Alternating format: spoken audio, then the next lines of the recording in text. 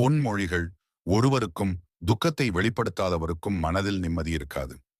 இரண்டாவது, எல்லோரையும் நம்புவது அபாயகரமானது. ஒருவரையும் நம்பாமல் இருப்பது இன்னும் அபாயகரமானது. எல்லா துன்பங்களுக்கும் இரண்டு மருந்துகள் உள்ளன. ஒன்று காலம், இன்னொன்று மெளனம். நான்காவது, எல்லோரும் தம்மை விட்டுவிட்டு வேறு யாரையோ சீர்திருத்த முயலுகிறார்கள். ஐந்தாவது, ஆசை இல்லாத முயற்சியால் பயனில்லை. முயற்சி இல்லாத ஆசையால் பயனில்லை.